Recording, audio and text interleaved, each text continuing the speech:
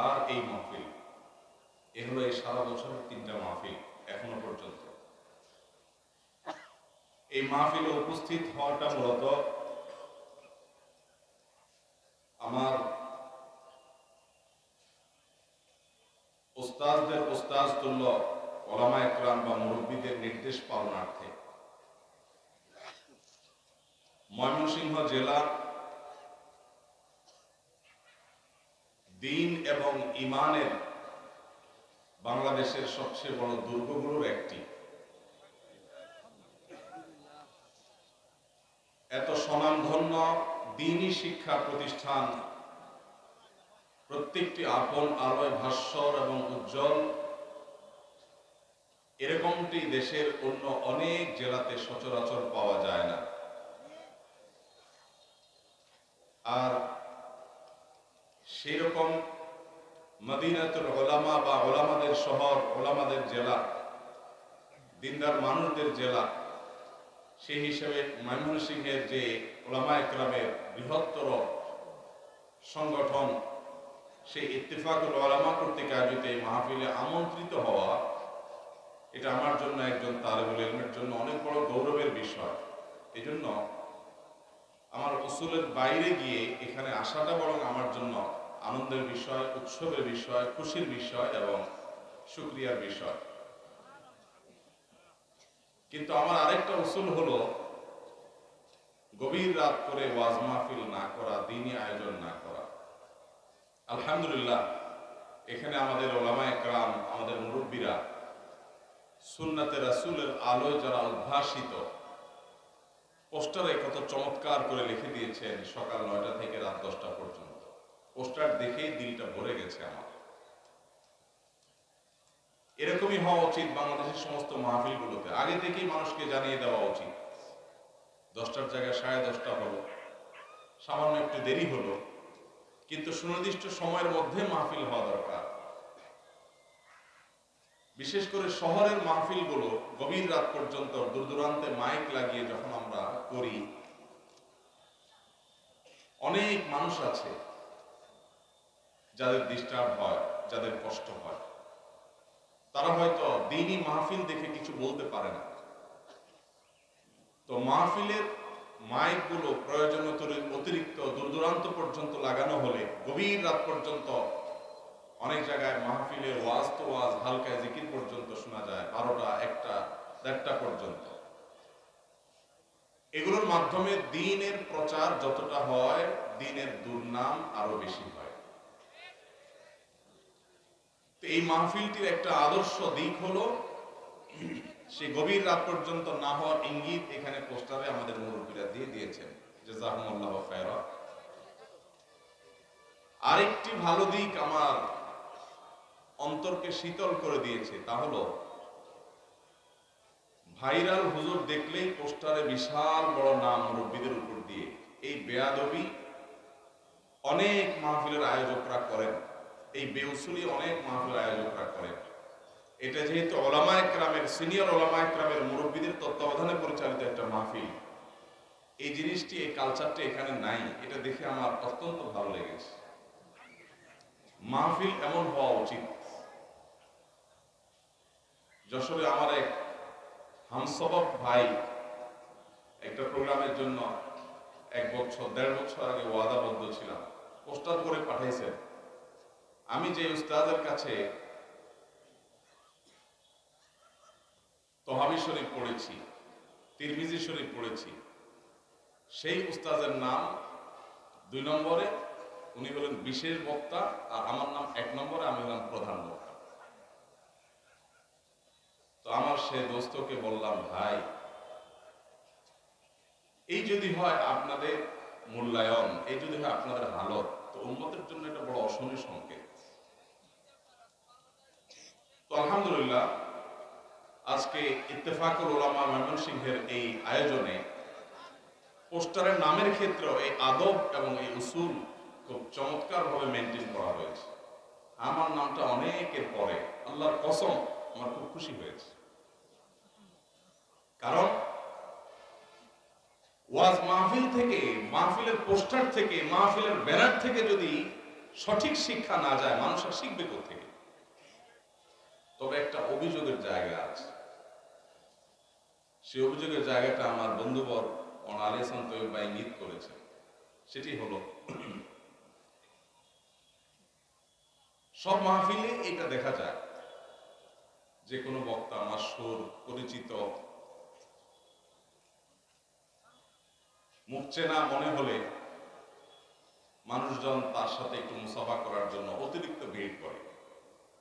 এই ভিড়টা যখন সীমা ছাড়িয়ে চলে যায় তখন সেটা রীতিমতো আয়েব এবং দোষে পরিণত হয়। ইসলাম কোনো ব্যক্তির পূজা করার কথা বলে না, কিন্তু আমরা অনেক ক্ষেত্রে আজকাল দেখছি ব্যক্তি পূজার দিকে চলে যাচ্ছি। ওলামায়ে কেরামের কথা শুনবেন, তাদের পথ নির্দেশ এবং হেদায়েত গ্রহণ করবেন, গাইডলাইন নেবেন, কিন্তু তাদের পুজো করবেন না। সোশ্যাল মিডিয়ার ভাইরালের এই যুগে ব্যক্তি পূজা শুরু হয়ে গেছে। এই কথাটা এই জন্য বললাম যে গাড়ি থেকে নেমে স্টেজ পর্যন্ত আসার সময় আমার তো মনে হচ্ছিল যে কোনো মুহূর্তে যে কোনো কিছু ঘটতে পারে। যে কোনো কিছু তো যে কোনো মুহূর্তে এমনি ঘটতে পারে, কিন্তু হাবভাব দেখে মনে হচ্ছিল যে পায়ের নিচে কখন যে পড়ে যায়, পড়ে গেলে মনে হয় শেষ। এই যে অতিরিক্ত হুড়াহুড়ি, অপ্রয়োজনীয়, সবচেয়ে খারাপ যে দিকটা সব মাহফিলে কম বেশি দেখা যায় সেটা হলো বক্তার সাথে মুসাফা করতে না পারলে অন্তত পিছন দিয়ে বক্তার শরীরটা আতায় দেওয়া। কিরে ভাই, আমি তো খুব বেশি পড়াশোনা করা মানুষ না, আমার ওস্তাদুল্লাহ মুরব্বীরা স্টেজে আসছেন। আমি কোরআন হাদিসে সালামের ফজিলতের কথা শুনছি, জানছি, দেখছি, পাইছি, মুসাফার ফজিলত পাইছি, মুআনাকার ফজিলত পাইছি, আতানোর ফজিলত তো পাই না।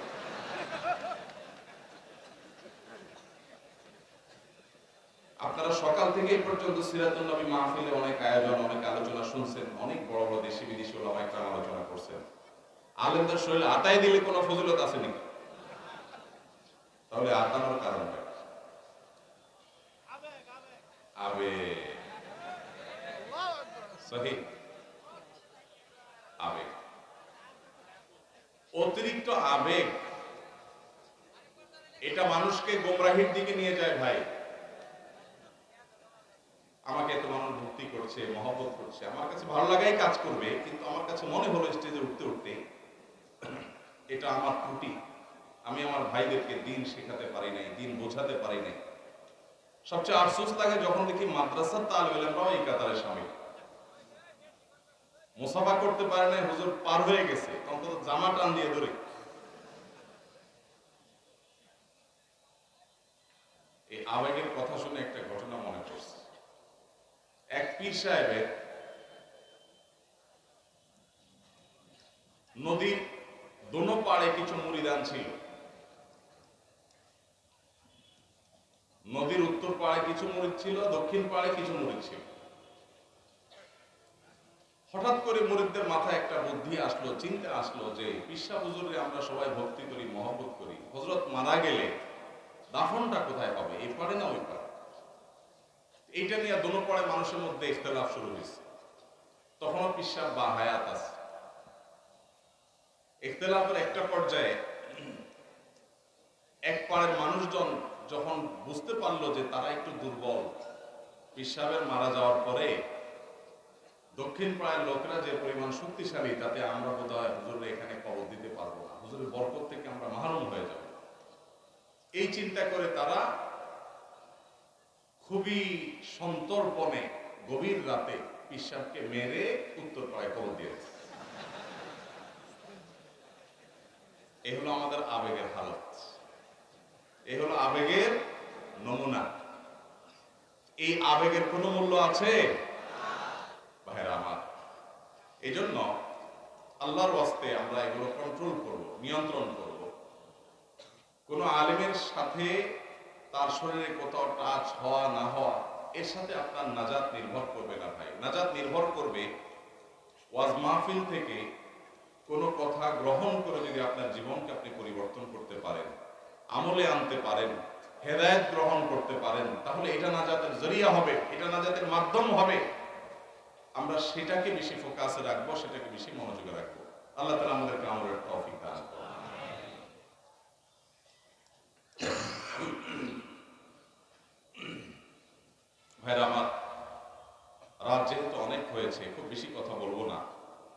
শুধু হাজিরা দেওয়ার জন্য আসলে ঢাকা থেকে আসলাম। আরেকটা গুরুত্বপূর্ণ প্রোগ্রাম ছিল, রাষ্ট্রের গুরুত্বপূর্ণ একটা প্রোগ্রাম বলতে পারেন, সেটা বাদ দিয়ে আসছি, কারণ মুরব্বীদের নির্দেশ, ওলামা ইকরামের নির্দেশ। খুবই অল্প সময়ে আমি একটি আয়াত তেলাওয়াত করেছি, সেই আয়াতের আলোকে, সূরা ফুরকানের একটি আয়াত, সেই আয়াতের আলোকে কিছু কথা বলে শেষ করবো ইনশাআল্লাহ। ভাইরা আমার, আল্লাহ রাব্বুল আলামিন ইরশাদ করেছেন, ওয়া হুয়াল্লাযী জাআলাল লাইলা ওয়ান নাহারা খিলফা লিমান আরাদা আন ইয়াযাক্কারা আও আরাদা শুকুরা। কোরআনে হাকিমে এরকম আরো বহু আয়াত আছে, যে আয়াতগুলোতে আল্লাহ রাব্বুল আলামিন দিন এবং রাতের পরিবর্তন, সপ্তাহ, মাস এবং বছরের পালা বদল, এটা কেন আল্লাহ তাআলা করেছেন তার রহস্য, তার কারণ আল্লাহ তাআলা উল্লেখ করেছেন। যে কয়েকটি জায়গায় আল্লাহ রাব্বুল আলামিন দিন এবং রাতের পরিবর্তন, মৌসুম এবং ঋতুর পালা বদল, বছর এবং সময়ের পরিবর্তন, পালা বদল, এগুলোর কথা উল্লেখ করেছেন, তার প্রায় সবগুলো জায়গাতে ঘুরে ফিরে আল্লাহ রাব্বুল আলামিন এটিকে বুদ্ধিমান মানুষদের শিক্ষা গ্রহণ করবার উপায়, মাধ্যম, উপকরণ এবং আল্লাহ রাব্বুল আলামিনের এই নিয়ামত পেয়ে আল্লাহর শুকরিয়া আদায় করা, উপদেশ গ্রহণ করা, এগুলোকে এই দিন এবং রাত, সময়ের পালা বদল এবং পরিবর্তনের কারণ হিসেবে আল্লাহ তাআলা উল্লেখ করেছে। আজ থেকে কয়েক হাজার বছর আগে ইরানের অগ্নি পূজকদের মাথায় আসলো বছরের প্রথম দিন, সেটাকে তারা ফার্সিতে তারা নওরোজ বলতো, মানে নতুন দিন। এই নওরোজ বা নাইরোজ, এই বছরের প্রথম দিনকে অগ্নি পূজকেরা, প্রকৃতি পূজারীরা, পেগানরা, তারা বিশেষভাবে পুজো অর্চনা এবং উৎসব হৈহুল্লোড় করে কাটাতো। কেন কাটাতো? কারণ তারা মনে করত, তারা বিশ্বাস করত, বছরের প্রথম দিনটিতে আনন্দ উৎসব এবং হৈহুল্লোড় করে যদি কাটানো যায়, তো প্রথম মুহূর্ত, প্রথম দিনটাকে উৎসব এর মাধ্যমে কাটালে সারা বছর ভালো থাকা যাবে, সুখে থাকা যাবে, স্বাচ্ছন্দ্যে থাকা যাবে, উৎসবে থাকা যাবে। এই ভুল বিশ্বাস এবং এই কুসংস্কারাচ্ছন্ন আকীদার উপর ভিত্তি করে সেই অগ্নিপূজকরা তারা বছরের প্রথম দিনকে উৎসবের সময় এবং উপলক্ষ হিসাবে স্থির করল। এটা ছিল আজ থেকে বহু হাজার বছর আগের ঘটনা। এটা শুরু এবং উৎপত্তি হলো ইরান থেকে। এরপর বহুকাল পর খ্রিস্টানরা এই কালচারটাকে ধারণ করলো। তারা তাদের যে খ্রিস্টীয় বর্ষ, সেই খ্রিস্টীয় সন বা সালকেও তারা ওই অগ্নিপূজকদের যে সাল ছিল, সন ছিল, সেটার মতো করে এটার প্রথম দিনকে, প্রথম মুহূর্তকে তারা উদযাপন করা শুরু করলো।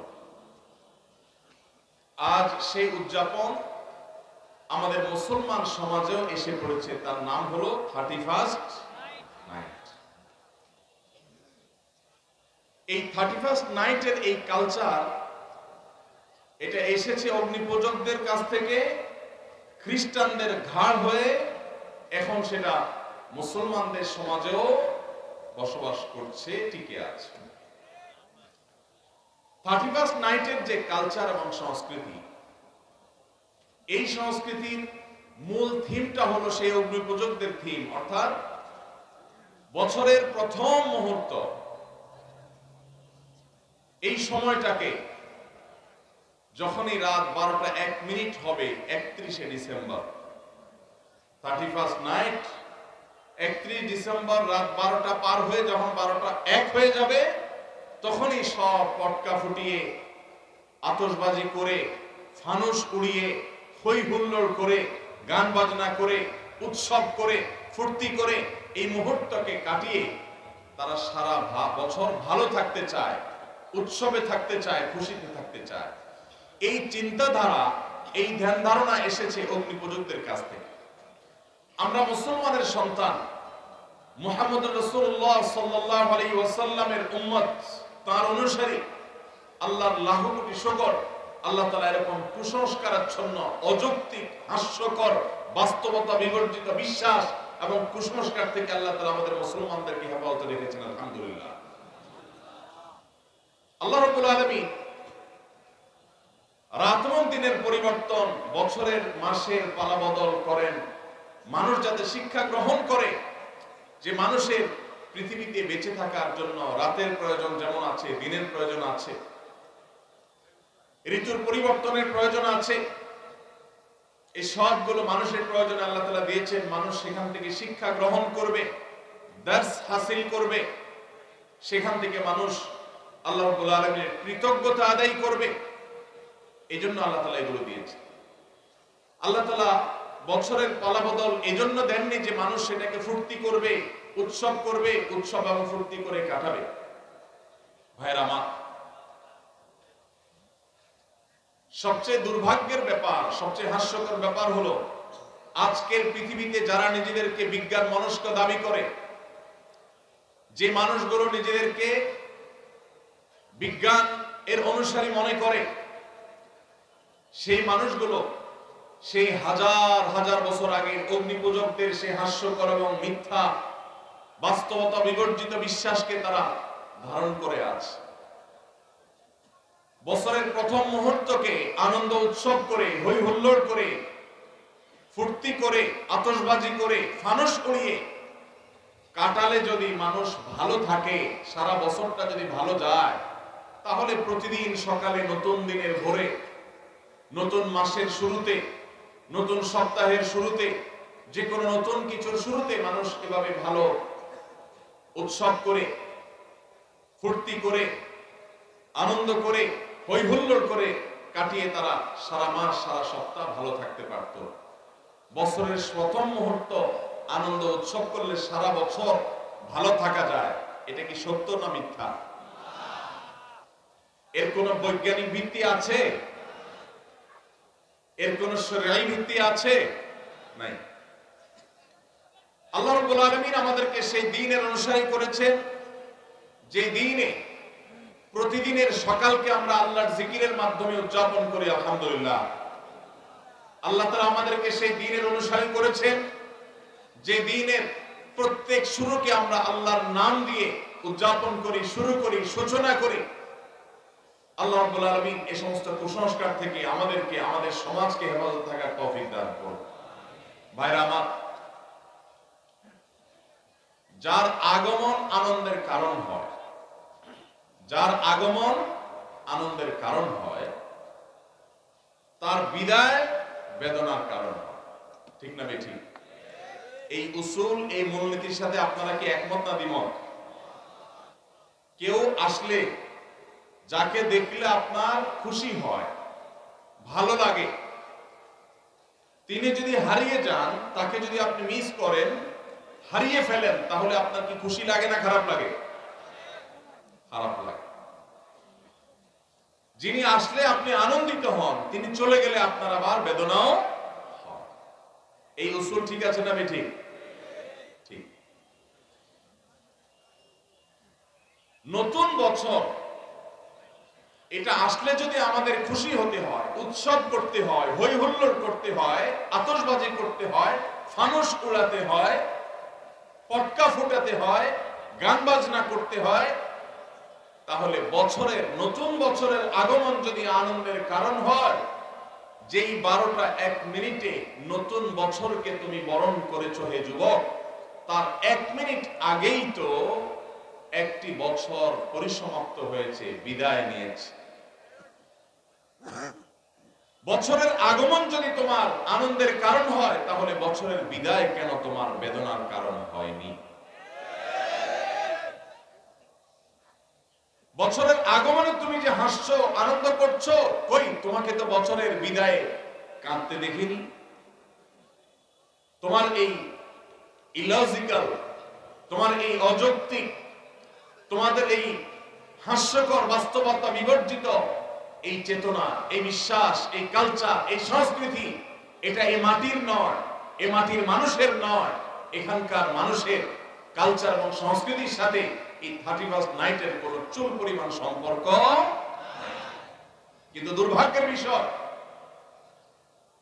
গত বেশ কয়েক বছর ধরে আমাদের দেশে এই 31st নাইটের এই কালচারকে আমদানি করা হয়েছে, স্টাবলিশ করা হয়েছে, প্রতিষ্ঠিত করা হয়েছে, এটাকে নার্সিং করা হয়েছে, এটাকে পরিপালন করা হয়েছে, এটাকে নানাভাবে প্রচার করা হয়েছে, প্রচারণা করা হয়েছে, সমাজের রন্ধ্রে রন্ধ্রে এটাকে ছড়িয়ে দেওয়া হয়েছে।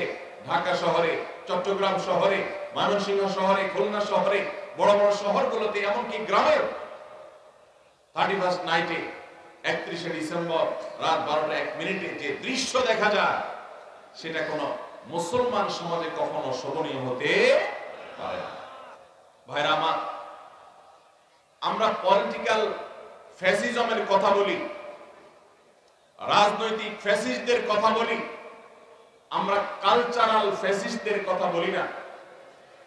এদেশে এক শ্রেণীর পত্র পত্রিকা, এক শ্রেণীর মিডিয়া, এক শ্রেণীর তথাকথিত বুদ্ধিজীবী, তারা আমাদের দেশের মানুষের উপর ভিনদেশী কালচারকে আমদানি করে, সেটাকে প্রতিষ্ঠিত করে এত বেশি কোণঠাসা করে রেখেছে এদেশের ওলামায়ে কেরামকে, দিনদার মানুষদেরকে, যে সংখ্যায় এদেশে মুসলমানরা বেশি হলেও সংস্কৃতিতে মুসলমানরা এদেশে আজও সংখ্যালঘু হয়ে আছে।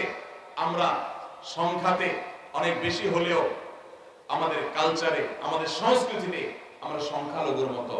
আমাদের উপরে চাপিয়ে দেওয়া হচ্ছে ভিনদেশী সংস্কৃতি। এই 31st নাইটের এই কালচারকে নানাভাবে দেখবেন পত্রপত্রিকাতে, এক শ্রেণীর মিডিয়াতে এটাকে আমাদের সমাজে প্রতিষ্ঠিত করা হয়েছে এবং এখনো হচ্ছে। সময় এসেছে এই অনাচারের বিরুদ্ধে আমাদের তীব্র প্রতিবাদ গড়ে তোলা। বেশি দিন আগের কথা নয়, মাত্র 2 বছর আগে ঢাকার 2টি মর্মান্তিক ঘটনা আমাদের চোখের পানি এনে দিয়েছিল। তার একটি হলো মায়ের কোলে থাকা দুধের শিশু 31st নাইটের বিকট আওয়াজে, পটকার বিকট আওয়াজে, আতশবাজির বিকট আওয়াজে সেই দুধের শিশু মারা গিয়েছিল। বিষয়টা আদালত পর্যন্ত গড়িয়েছিল, কিন্তু বিচারহীনতার এই দেশে ওই ঘটনার দায় কাউকে নিতে দেখা যায়নি, কাউকে কোনো দোষী সাব্যস্ত করতে দেখা যায়নি। ঠিক একই সাথে আরেকটি মর্মান্তিক ঘটনা ঘটেছিল, তা হলো একজন অসহায় নারী, তিনি তার সারা জীবনের সঞ্চয়কে একত্র করে ছোট্ট একটা প্লাস্টিকের কারখানা করে নিজ বাড়িতে প্লাস্টিকের আসবাবপত্র তৈরি করে ছাদের উপর সেগুলো মেরে রেখেছিলেন।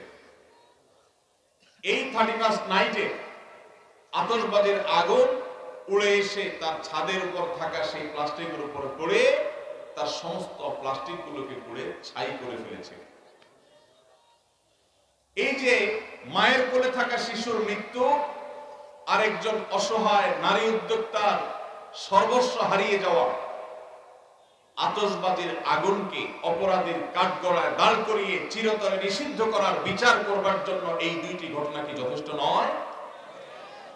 কিন্তু ভাইরা, প্রতি বছর প্রশাসনের ভাইরা, পুলিশ, বিভিন্ন সেক্টরে যারা আইন শৃঙ্খলা রক্ষা করার দায়িত্বে নিয়োজিত আছেন, তারা প্রতি বছরই প্রায় এই আহাজারি করেন যে 31st নাইট উপলক্ষে কোন প্রকার পটকা ফুটানো যাবে না, আতশবাজি করা যাবে না, ফানুস উড়ানো যাবে না। প্রতি বছরই তারা হাহাকার করেন, আর্তনাদ করেন। এই বছরও তারা ইতিমধ্যে ঘোষণা জারি করেছে যে 31st নাইট উপলক্ষে কোনো ফানুস উড়ানো যাবে না, কোনো আতশবাজি চলবে না, কোনো পটকা উড়ানো চলবে, বাজানো চলবে না। কিন্তু কে শুনে কার কথা?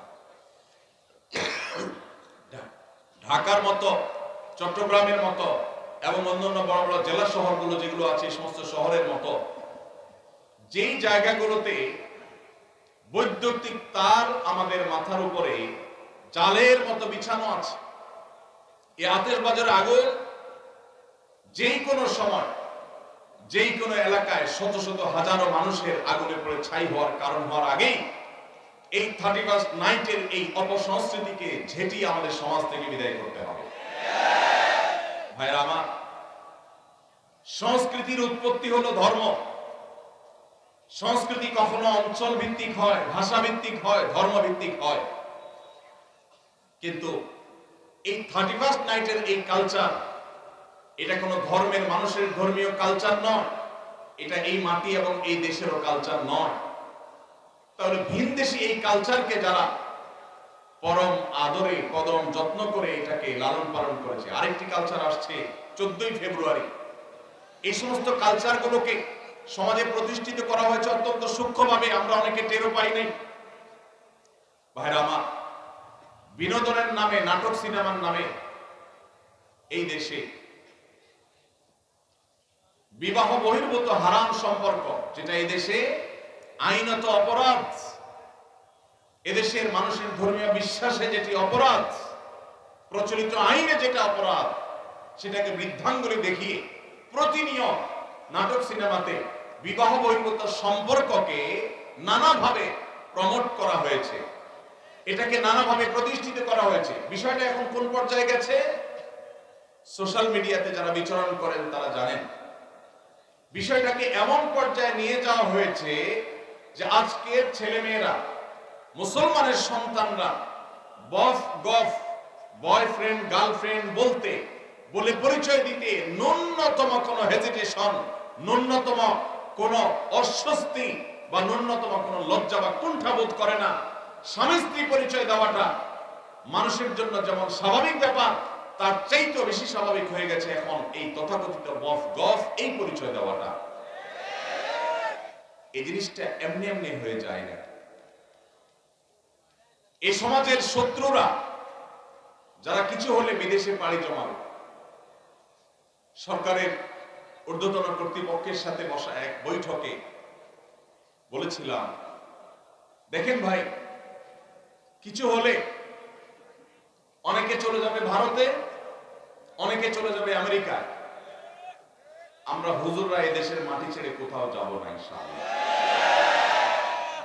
আপনারা কেউ ভারতে যাবেন, কেউ আমেরিকায় যাবেন, কেউ ইংল্যান্ডে যাবেন, কেউ ইউরোপে যাবেন, আপনাদেরকে ওয়েলকাম গোটা পৃথিবী করবে, আমাদেরকে কেউই ওয়েলকাম করবে না। কেউ তো করবে না, এমনকি সৌদি বা মিডল ইস্টও আমাদেরকে ওয়েলকাম করবে না। আর ওয়েলকাম করুক বা না করুক, এই মাটি ছেড়ে এদেশের মুসলমানরা পৃথিবীর কোথাও, এই মাটিকে নষ্ট করতে আপনাদেরকে দেওয়া হবে না। আপনারা এই মাটি নষ্ট করবেন, করে এরপরে বিদেশে পাড়ি জমাবেন, এদেশকে লুট করে নিয়ে চলে যাবেন, এরপরে বিদেশে গিয়ে স্বামী সন্তান নিয়ে বেঁচে থাকবেন। এটা আমরা মুসলমানরা ইনশাআল্লাহ হতে দেব না। আমাদের এই সমাজকে নষ্ট করে সেখানে যুবকদেরকে চরিত্রহীন করে তাদের কাছে জেনা ব্যভিচারকে ডাল ভাত করে দেওয়ার জন্য এদেশের যে সমস্ত নাটক সিনেমাগুলো দায় আছে, বিবাহ বহির্ভূত সম্পর্কের কারণে যত বাবা মার অবাধ্যতার ঘটনা ঘটেছে, যত অসামাজিক কার্যকলাপ হয়েছে, যত ভ্রূণ হত্যা হয়েছে, যত গর্ভপাত, অবৈধ গর্ভপাতের ঘটনা ঘটেছে, যত আত্মহত্যার ঘটনা ঘটেছে, যত শিক্ষার্থীর শিক্ষা জীবন ধ্বংস হয়েছে, ক্যারিয়ার ধ্বংস হয়েছে, তার সবগুলোর জন্য এই দেশে এই বিবাহ বহির্ভূত সম্পর্ককে নাটক সিনেমার নামে, নোবেল উপন্যাসের নামে যারা প্রতিষ্ঠিত করেছে, তারা এই সমস্ত অপরাধগুলোর জন্য দায়ী এবং তাদের বিচার হওয়া উচিত। আজ আমার মুসলমানের সন্তান, আমার যুবক ভাই, সে তার হারাম সম্পর্ক আছে কোন মেয়ের সাথে, সে পরিচয় দিতে তার ন্যূনতম কুণ্ঠা হয় না। এক সময় কুণ্ঠা হতো, এর দায় আরেকটি জায়গায় গিয়ে পড়ে, সেটা হলো শিক্ষার নামে পাঠ্যপুস্তকের মধ্যে বিবাহ বহির্ভূত সম্পর্ককে স্বাভাবিকরণের একটা প্রচেষ্টা গত কয়েক বছর ধরে চলে আসছে। এটা নিয়ে আমরা কাজ করেছি। বছর দুয়েক আগে একবার সরকারের একটা এজেন্সির সাথে একটা দীর্ঘ বৈঠক হয়েছিল আমার এই বিষয়ে। সেখানে নোট নিয়ে গিয়েছিলাম, বলেছিলাম, ভাই বলেন, মুসলমান তো বটে, এদেশের হিন্দু, এদেশের খ্রিস্টান, এদেশের বৌদ্ধ, এদেশের যে কোনো ধর্মের মানুষের অনুসারীরা তারা কি বিবাহ বহির্ভূত সম্পর্ককে অ্যাপ্রিসিয়েট করে কি করে না, এটার উত্তর আমাকে দেন। এদেশের সকল ধর্মের মানুষ বৈবাহিক উপায়ে তারা সংসার করতে, পারিবারিক ব্যবস্থাপনা গড়ে তুলতে তারা অভ্যস্ত। এই কালচারটাই হলো এই মাটির কালচার। এই মাটিতে বিদেশিদের বস্তা পচা সস্তা কালচার আমদানি করে আমার তরুণদের চরিত্রকে নষ্ট করবার অধিকার আপনাদেরকে কে দিয়েছে? দুর্ভাগ্যজনক হলেও সত্য, আজ পাঠ্যপুস্তকগুলোতে শিক্ষার নামে আমরা দেখেছি গত বহু বছর ধরে আমাদের তরুণ তরুণীদেরকে, আমাদের কিশোর কিশোরীদেরকে অবৈধ সম্পর্ক করবার জন্য তাদেরকে নানাভাবে প্ররোচনা দেওয়া হয়েছে, তাদেরকে নানাভাবে উৎসাহিত করা হয়েছে। নবম শ্রেণীতে না যেন সপ্তম শ্রেণী বইয়ে এই গল্প পর্যন্ত ছিল যে কোন ছেলে স্কুলের কোন মেয়ের সাথে হারাম সম্পর্ক করলে বাবা মা যদি সেখানে বাধা দেয়, তাহলে সেক্ষেত্রে বাবা মার সে বাধা দেওয়া অন্যায়, এটা তাদের নৈতিক, এটা তাদের অধিকার, এটা তাদের চাওয়া। পশ্চিমাদের অনেক ভালো দিক আছে, তারা জ্ঞানে বিজ্ঞানে অবকাঠামোতে অনেক কিছুতে তারা আমাদের চেয়ে এগিয়ে আছে, কিন্তু পরিবার ব্যবস্থাপনায় তারা আমাদের থেকে কতটা পিছিয়ে আছে? জ্ঞানে বিজ্ঞানে অবকাঠামোতে, শিল্পে, উন্নতিতে তারা যদি আমাদের চাইতে 500 বছর এগিয়ে থাকে, পারিবারিক ব্যবস্থাপনায় আমরা তাদের চাইতে 1000 বছর এগিয়ে আছি আলহামদুলিল্লাহ। অতএব তাদের কাছ থেকে বস্তা পচা সস্তা কালচার আমদানি করে আমাদের দেশের এই কালচারকে ধ্বংস হতে দেওয়া যাবে। এজন্য 31st নাইটের এই কালচার, বিবাহ বহির্ভূত তথাকথিত প্রেম ভালোবাসা বা অবৈধ সম্পর্কের এই কালচার, এগুলোর বিরুদ্ধে যদি আমরা এখনই রুখে না দাঁড়াই, তাহলে ওই যে বয়ফ্রেন্ড গার্লফ্রেন্ড কালচারটা যেরকম স্বাভাবিক হয়ে যাচ্ছে, এটা যেরকম কোনো দোষের থাকছে না, এ ব্যাপারে যেরকম তরুণ তরুণীদের লাজ লজ্জা কুণ্ঠা সবকিছু উঠে যাচ্ছে, অস্বস্তি দূর হয়ে যাচ্ছে, স্বাভাবিক হয়ে যাচ্ছে, রাস্তাঘাটে জেনাবে বিচার হলে সেটাও এক সময় স্বাভাবিক হয়ে যাবে, যদি এখন থেকে আমরা আমাদের উপর আরোপিত এই কালচারাল অ্যাটাক, সাংস্কৃতিক যুদ্ধের মোকাবেলা আমরা না করতে পারি। ভাইরা আমার, সেজন্য আপনারা যারা ওয়াজ মাহফিলে এসেছেন, আপনারা বেশিরভাগ মানুষ 31st নাইটের ফানুস উড়াবেন না আমি জানি, আপনারা বেশিরভাগ মানুষ 31st নাইট উদযাপন করবেন না আমি জানি, তারপরে আপনাদেরকে কথাগুলো বলার উদ্দেশ্য হলো সমাজের প্রত্যেকটা জায়গায় জায়গায়, মসজিদে মসজিদে এই অপসংস্কৃতি প্রতিরোধ কমিটি গড়ে তুলতে হবে এবং উদ্যোগ নিতে হবে যে আমাদের তরুণদের কেউ যদি এই উচ্ছৃঙ্খল কাজ করতে যায়, কেউ যদি রাত 12টা 1 মিনিটে বিকট আওয়াজে আবার কোনো মায়ের কোলে থাকা শিশুকে হত্যা করতে উদ্যত হয়, আবার যদি কোনো অসহায় নারী উদ্যোক্তার সব পুড়িয়ে ছাই করে দিতে উদ্যত হয়, তাহলে তার সে কালো হাত থামিয়ে দিতে হবে, তাকে আইন শৃঙ্খলার কাছে সুপর্দ করতে হবে। ভাইরা আমার, এখানে আমার অনেক স্কুল কলেজের অনেক বন্ধুরা আছেন, অনেক তরুণরা আছে, আপনাদের প্রতি আমার একান্ত অনুরোধ, আপনি একজন মুসলমান, আপনি একজন বাংলাদেশী, বাংলাদেশের মানুষের এই মাটির কিছু সংস্কৃতি আছে, মুসলমান হিসাবে আপনার কিছু সংস্কৃতি আছে। মনে রাখবেন, যে কোনো জাতির আত্মপরিচয়, তাদের আইডেন্টিটি, এটা তাদের সংস্কৃতির মধ্য দিয়ে টিকে থাকে। যে জাতি অন্যদের সংস্কৃতিতে হারিয়ে যায়, তাদের আত্মপরিচয় আর থাকে না, একসময় তারা বিলীন হয়ে যায়, হারিয়ে যায়। আমাদের এই দেশকে, এই দেশের মানুষকে, আমাদের আত্মপরিচয়কে নষ্ট করে দেওয়ার জন্য হাজারটা ষড়যন্ত্র আছে। এই জন্য বিনোদনের নামে, আনন্দ ফুর্তির নামে, শিক্ষার নামে এই সমস্ত অপসংস্কৃতি প্রবেশ করে। আমার গত কয়েক মাসে বেশ কয়েকবার কয়েকটা মিনিস্ট্রিতে যাওয়ার সুযোগ হয়েছে, বিভিন্ন কাজে বলতে জাতীয় স্বার্থে বা দিনই স্বার্থে, আমার ব্যক্তিগত কোনো কাজ বা আমার ফাউন্ডেশনের কোনো কাজে যাইনি কখনো। আমি অবাক হয়েছি যে একাধিকবার আমি শিক্ষা মন্ত্রণালয়ে যাওয়ার সুযোগ হয়েছে, আমার শিক্ষা উপদেষ্টার সাথে বৈঠকের সাক্ষাতের সুযোগ হয়েছে। আমি প্রতিবার লক্ষ্য করেছি অন্য যে কোনো মন্ত্রণালয়ের তুলনায় শিক্ষা মন্ত্রণালয়ে বিদেশিদের আনাগোনা সবচাইতে বেশি। ওয়েটিং রুমগুলোতে বিভিন্ন শ্রেণী পেশার মানুষ অপেক্ষা করেন, সরকারের দায়িত্ব পালনরত মন্ত্রী বা উপদেষ্টাদের সাথে সাক্ষাতের জন্য অনেকেই যান, কিন্তু আমি বিস্মিত হয়েছি। যতবার আমি ঢো মেরেছি বা গিয়েছি শিক্ষা মন্ত্রণালয়ে, আমি লক্ষ্য করেছি আমার দেশি ভাইদের চাইতে ভিনদেশীদের আনাগোনা কোনো অংশে কম না, বরং কোনো কোনো ক্ষেত্রে চোখে পড়ার মতো বেশি। আমার প্রশ্ন হলো, দেশের ছেলেমেয়েরা কি পড়বে না পড়বে এটা নিয়ে বিদেশিদের তো মাথা ব্যথার কারণটা কি? তারা আমাদের সন্তানদের মগজ ধোলাই করার জন্য তাদের এজেন্ডা বাস্তবায়ন করতে চায়। এক শ্রেণীর মিডিয়া, এক শ্রেণীর বুদ্ধিজীবী বিদেশিদের টাকা খেয়ে তাদের কাছ থেকে বিভিন্ন ফান্ড পেয়ে সেগুলোকে হালাল করার জন্য আমাদের সন্তানদের মনে, মননে, মগজে, চিন্তায়, চেতনায় বিষ ঢুকিয়ে দিতে চায়। আর সে বিষ আজ বিষাক্ত করে আমাদের সন্তানদের চরিত্রকে নষ্ট করে ফেলেছে। আমি একটা কথা প্রায় বলি, চরিত্রে কালিমা লাগেনি এমন তরুণ, এমন তরুণী আজ সোনার হরিণ হয়ে গেছে। গত 10 বছর, 20 বছর, 30 বছর আগেও আমাদের দেশের এত দুরবস্থা ছিল না। আমি এই জন্য যে কথাটি বলছিলাম, আমরা পলিটিক্যাল ফ্যাসিজমের বিরুদ্ধে কথা বলি, কিন্তু কালচারাল ফ্যাসিজমের বিরুদ্ধে আমরা কথা বলি না। আমাদের উপরে যে সাংস্কৃতিক যুদ্ধ চাপিয়ে দেওয়া হয়েছে, আমরা মুসলমানের সন্তান মুখে দাবি করছি,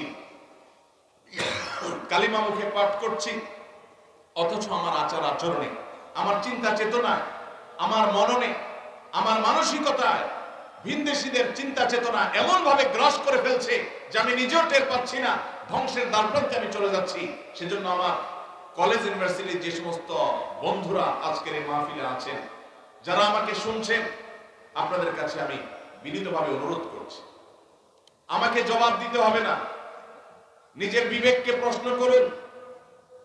আপনি যখন 31st নাইটে আকাশে টাকা উড়াচ্ছেন, বরং পোড়াচ্ছেন, ঠিক তখন যে বিল্ডিং এর ছাদ থেকে আপনি ফানুস উড়াচ্ছেন, টাকা পোড়াচ্ছেন, ওই মুহূর্তে আপনি নিচে তাকালে দেখবেন হয়তোবা রাস্তার ধারে শুয়ে আছে কোন বনি আদম।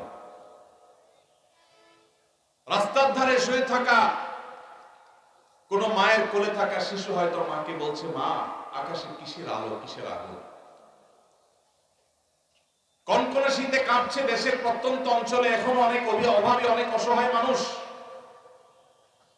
এইরকম একটা পরিস্থিতিতে জাস্ট আপনি ফুর্তি করার জন্য অগ্নিপূজকদের কালচারকে আমদানি করে আপনি আকাশে টাকা পোড়াচ্ছেন। নিজের বিবেককে জিজ্ঞাসা করুন, আপনার এই কাজের সপক্ষে আপনার বিবেক আপনাকে সায় দেয় কিনা। ভাইরা আমার, একজন ইমানদার তার জীবনের একটি বছর যখন পার হয়ে যায়, নতুন একটি বছর যখন আসে, এটা তার জন্য আনন্দের কারণ হয় না। সব নতুনের আগমন মানুষের আনন্দের কারণ হয় না, বরং মানুষের বিবেকে করাঘাত করে কোন কোন নতুনের আগমন। একজন ফাঁসির দণ্ডপ্রাপ্ত আসামির কাছে নতুন দিন, নতুন রাত, নতুন সপ্তাহ, নতুন মাস, নতুন বছর এটা আনন্দের কারণ হয় না। কারণ যত সময় সামনের দিকে অগ্রসর হয়, লোকটা তত ফাঁসির কাষ্ঠের দিকে এগিয়ে যায়। আমরা যখন আল্লাহ রাব্বুল আলামিন আমাদেরকে যখন প্রাণ দিয়ে সৃষ্টি করেছেন, কুল্লু নাফসিন যায়কাতুল মউত, একদিন আমাদের মৃত্যু স্বাদ আস্বাদন করতেই হবে। একটি বছর চলে আসা মানে হলো আমার বাজেট থেকে, আমার হায়াত থেকে একটি বছর খসে পড়া, কবর দিকে এগিয়ে যাওয়া। একজন মুসলমান, একজন বিবেকবান মানুষ এই জন্য নতুন বছরের দোরগোড়ায় দাঁড়িয়ে ফুর্তি করতে পারে না। এটা বাস্তবতা বিবর্জিত, হাস্যকর, অযৌক্তিক একটি কালচার, যেটি অগ্নিপূজকেরা করত।